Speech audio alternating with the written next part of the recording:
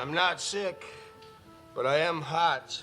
Welcome to MsMojo, and today we're looking at relationships that reportedly started on SNL, some short-lived and others that are still going strong. When someone tells you they want to share the rest of their life with you, and that just is it's a lovely, special thing. Yes.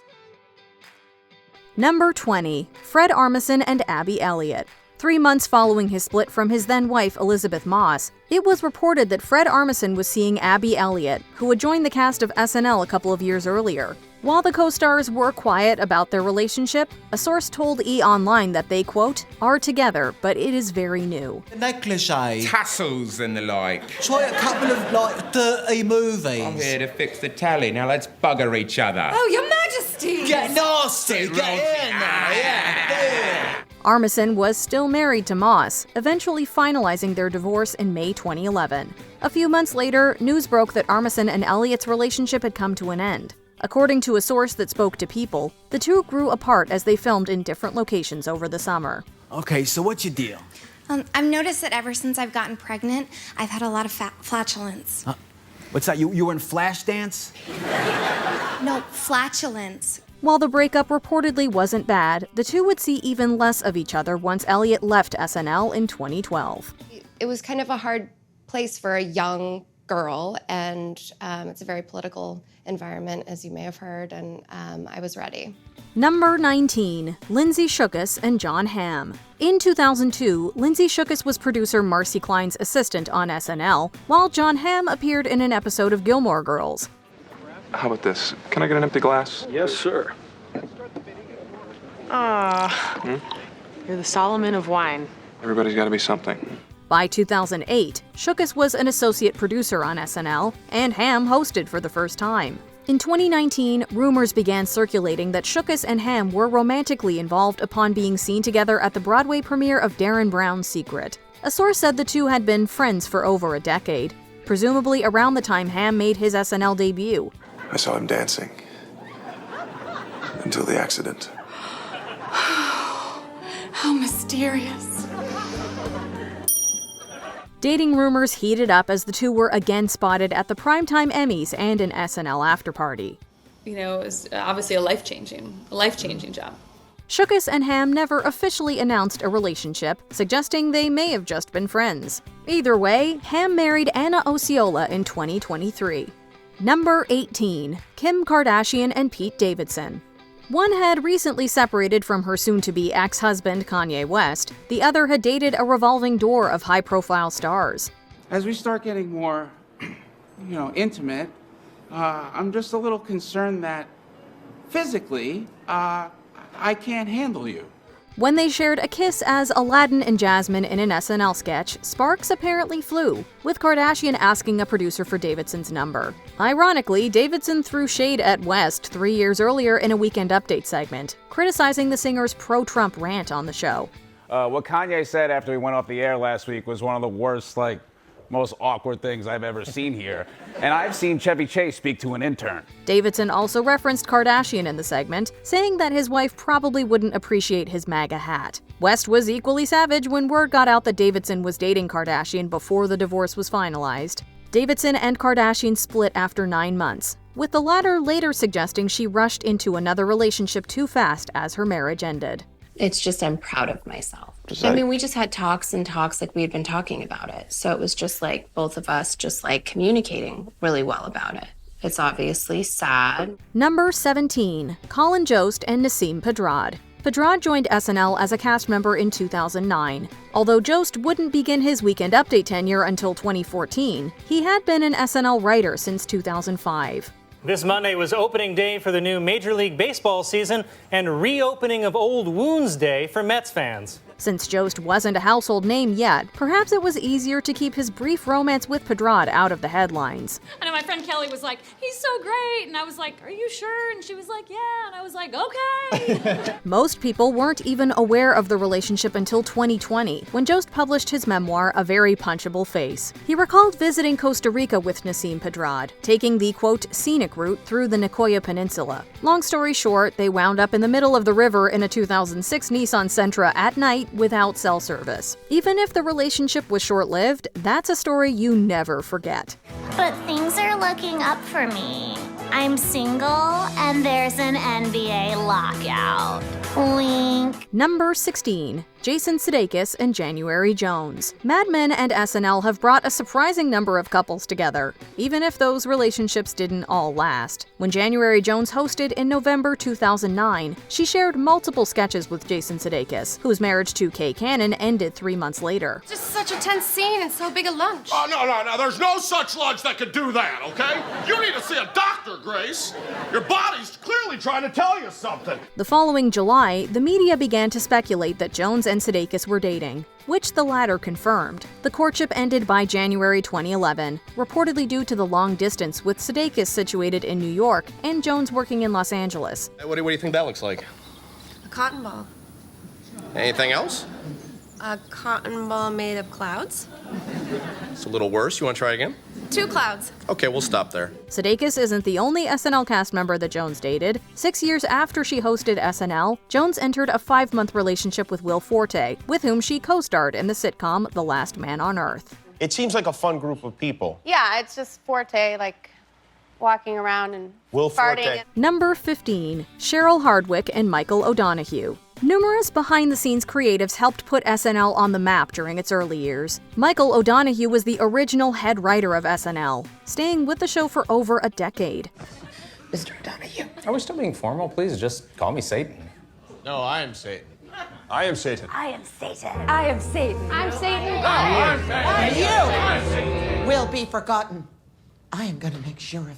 Cheryl Hardwick was among the show's original band members, eventually becoming a musical director. According to O'Donoghue's biography, he developed a friendship with Hardwick during the first 3 seasons. Say, Fingers, why don't you accompany the little lady on the piano while I mix her up one of my special drinks, the one I call the soiled kimono. By 1985, they were in a relationship.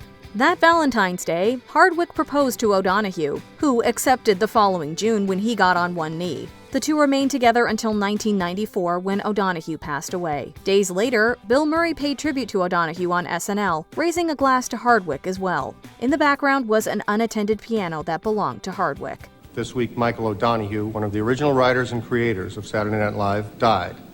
He had a tremendous influence on this show and on all of us. He was a writer that the writers, actors, and even the producer feared. And in this business, it's better sometimes to be feared than loved. But we're not afraid of him anymore, because he's dead. Number 14. Seth Meyers and Alexi Ashe. Technically, Seth Meyers didn't meet his future wife, Alexi Ashe, at SNL. They wouldn't have met without SNL, however. I think she would have my beautiful blue eyes. Beautiful blue eyes, Alexi. Let's see the card. I really like my green eyes. Wife. Ashe's sister, Ariel, was an interior designer on the show. Alexi thus got to know a few cast members, although she wouldn't meet Meyers until both attended Chris Kattan's wedding in 2008. While Kattan's marriage to model Sunshine Tutt only lasted a year, Meyers immediately connected with Ashe. I took this as an opportunity to do bits. What we devised from interviewing your wife is that she's trying to kill you. Yeah.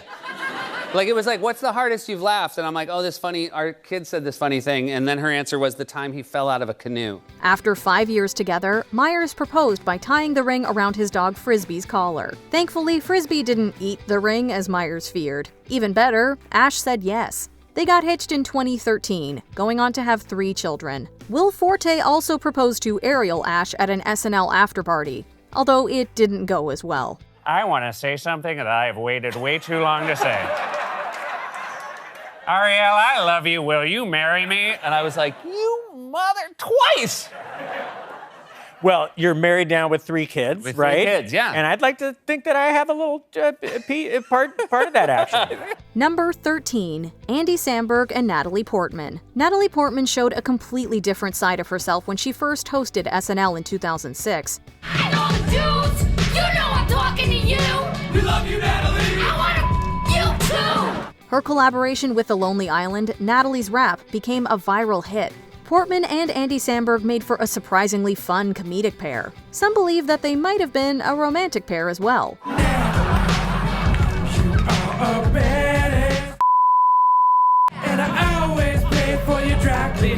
In 2007, rumors first started spreading that Samberg and Portman entered a relationship after meeting on SNL. While the two never confirmed this, the tabloids remained adamant that there was more than comedic chemistry between them. Whether or not this was just a rumor, both settled down with other people.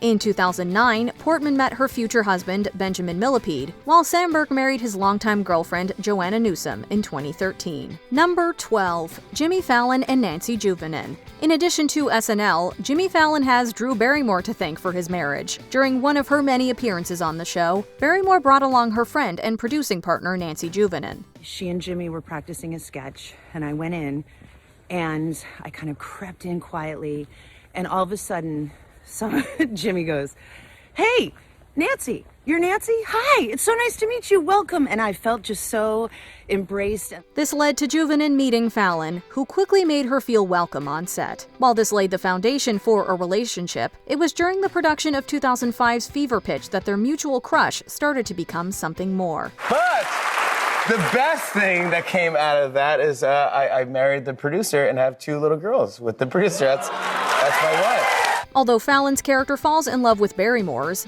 the real romance was developing behind the scenes. Fallon and Juvonen got married in 2007, having 2 children. It's only fitting that SNL and Barrymore would bring together 2 lovers, even if no hot tubs were involved. That's a pretty beautiful story. Number 11. Paul Simon and Edie Brickell. SNL has played a monumental role in Paul Simon's life. Not just because he hosted the 2nd episode ever, but SNL led to some of Simon's most important relationships. You called up Lorne Michaels and said, "I want to come watch Edie Brickell do her thing"? Yeah, or I just said to Lorne, "I'm going to come down this week and see the show." On November 5th, 1988, Edie Brickell and the New Bohemians were the musical guests. Brickell was starstruck when she saw Simon, who was standing by the camera. Suddenly, Brickell began to forget the lyrics to the song she was singing as she locked eyes with the fellow musician across the room. I was thinking, I like the way she sings. I love the way she looks. I'm happy enough to be here. I'm not thinking, hey, maybe I'll marry this. After the performance, Simon introduced himself to Brickell, although Lorne Michaels told them to be quiet since the next sketch was starting. The two agreed to talk more at the after-party, which led to marriage and 3 children. We long to hear those strings that set his heart ablaze.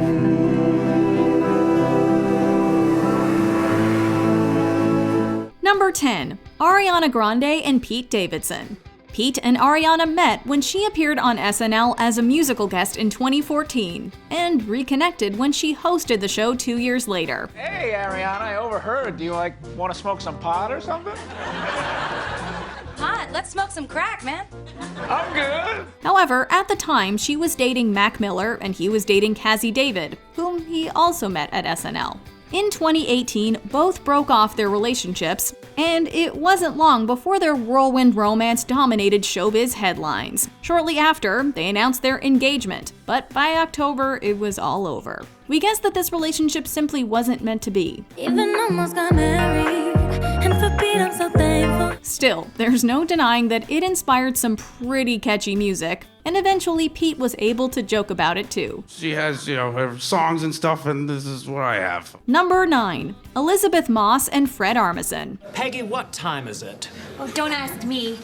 I'm just a woman. I'm not allowed to own a watch. This couple first met when Moss made a cameo in a Mad Men sketch alongside that week's host, John Hamm. She and Armisen started dating soon after, quickly becoming engaged and tying the knot in a secret ceremony on the 1-year anniversary of their first meeting. Marriage! Marriage! Marriage! Marriage! Marriage! Marriage! That was a secret. Hey, everyone with cameras, if you have cameras, that doesn't go out, okay? I need tapes. I need tapes. However, after only 8 months of marriage, the pair split, and by September, Moss filed for divorce, citing irreconcilable differences. Later, Moss described the relationship as, quote, extremely traumatic and awful and horrible. And Armisen conceded that he was a terrible husband. This season for her is all about change, And the pair went their separate ways, and Armisen went on to date Abby Elliott, another SNL alum. Number 8. Lindsay, Shookus, and Ben Affleck. It's especially great because this is my 5th time hosting. As a member of the Five Timers Club, Affleck is no stranger to Studio 8H, which is where he supposedly first met SNL producer Lindsay Shookus. It's unclear when the pair initially started dating, as the timeline coincides with his separation from Jennifer Garner and Shookus' marriage to fellow SNL producer Kevin Miller. My source tells me that Lindsay knows the Hollywood world. She knows what's expected of Ben and how much of the relationship has to be kept private. Still, the couple dated for almost a year and were often spotted out together. Reportedly, Affleck's struggles with alcohol contributed to their breakup. In 2019, they were spotted together again, seemingly having rekindled the flame. However, their busy schedules reportedly often kept them apart, and they called it quits once again. Number 7. Cecily Strong and Mike O'Brien. You know I'm the same. I'm trying to get something sexy going on for sure. I hear that, son. It's not just celebrity guests and hosts who are struck by Cupid's arrow on Saturday Night Live. We suppose if you spend that much time together, eventually sparks might start flying. This was especially true for castmates Cecily Strong and Mike O'Brien, who started dating in 2014. Let's get real, because they're going to have to call me Impact, you know, because like around about 2 a.m. some night, I'm just going to be like... In an interview with Cosmo, Cecily confessed that she had some reservations about entering a workplace romance, but decided to go for it after receiving advice from her father. The pair were pretty private about their relationship, with no social media PDA or any big breakup announcement either. Maybe workplace romances aren't always advisable, but sometimes the heart just wants what the heart wants. Yes, can we help you? We were wondering if we could move further away from you if you were going to continue talking about sex. Yeah, absolutely, wherever you'd like. All right, thank you. Number 6. Maya Rudolph and Paul Thomas Anderson. This couple is so private that some people are still surprised to learn that they're together. Not only that, but they also have 4 kids. Rumor has it that they first met on SNL when Anderson accompanied his then-girlfriend Fiona Apple, who was that week's musical guest. My all-time favorite, it's not a character, but the favorite thing that she ever did was the national anthem. However, they didn't actually start dating until after he and Apple broke up.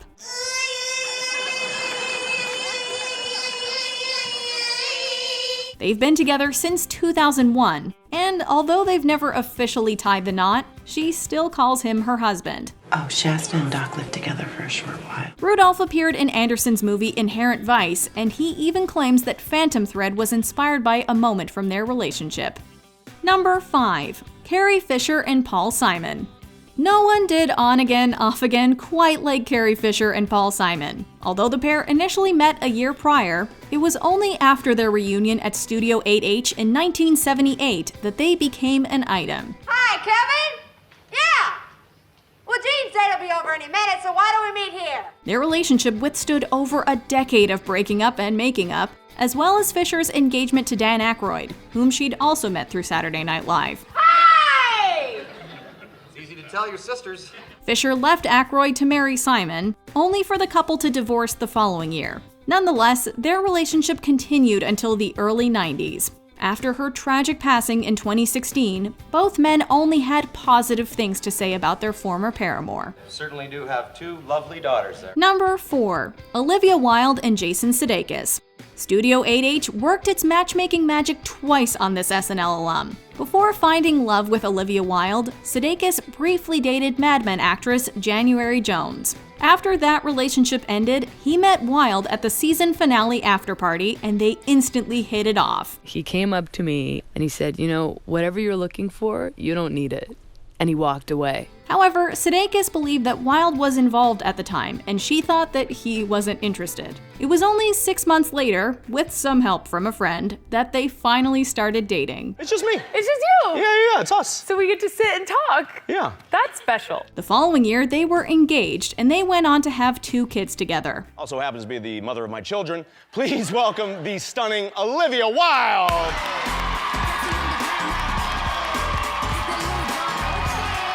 However, after a 7-year engagement, the pair announced their separation in late 2020. Number 3. Gilda Radner and Bill Murray. Hello, Lisa. Entree. Hello, Dad. This OG SNL cast member was romantically linked to a few of her co-stars. In fact, according to her friend Judy Levy, she struggled to watch Ghostbusters as it starred several of her exes. We'll cross the streams. Excuse me, Egon. You said crossing the streams was bad. Cross the streams. She and Bill Murray dated during the show's first few seasons. Okay, Todd, what was so important that you had to talk to me about? First, let me toast your pulchritude. Even though they tried to keep their relationship away from the cameras, it was still widely known and supposedly ended badly. Although things didn't work out between them, they remained friends until she sadly died in 1989. She could light up a room. She was an amazing person to work with. She always made it fun to work with her, and she always brought more. Murray has nothing but praise for Radner, who he says inspired his career and who he called, quote, an extraordinary and spectacular person. You look nice, I guess. So do you. Here, I got you this. Oh, thanks, Todd. Oh, this is really beautiful, Todd. Number 2. Emma Stone and Dave McCary. Spencer! Spencer? Yes, Mom.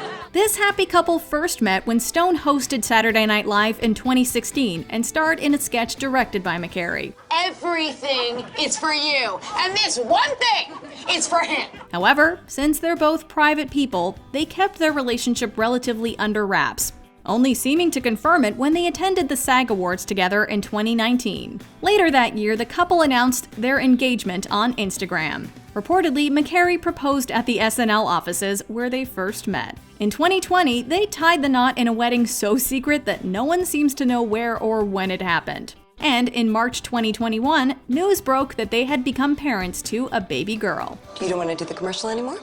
Okay. Do you want to go watch Y2 Mama Tambien? Yeah? Okay, he wants to go back to the well.